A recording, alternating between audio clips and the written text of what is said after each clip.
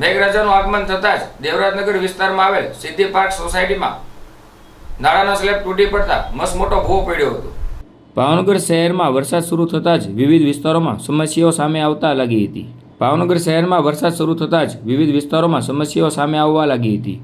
Devrajnagar GMDC colony વિસ્તારમાં આવેલ સિદ્ધિ પાર્ક સોસાયટી વચ્ચે આવેલા વરસાદી પાણીના નિકાલ માટેના ભરેલા નાળાનું સ્લેબ અચાનક તૂટી પડ્યું હતું। સ્લેબ તૂટી પડતા સ્થળ પર મસમોટો ભૂવો પડ્યો હતો। ઘટનાને પગલે સ્થાનિકોમાં ચિંતા જોવા મળી હતી। સદનસીબે આ ઘટનામાં કોઈ જાનહાની થઈ નથી। સ્થાનિકોએ તંત્ર દ્વારા તાત્કાલિક કાર્યવાહી કરી સ્થળને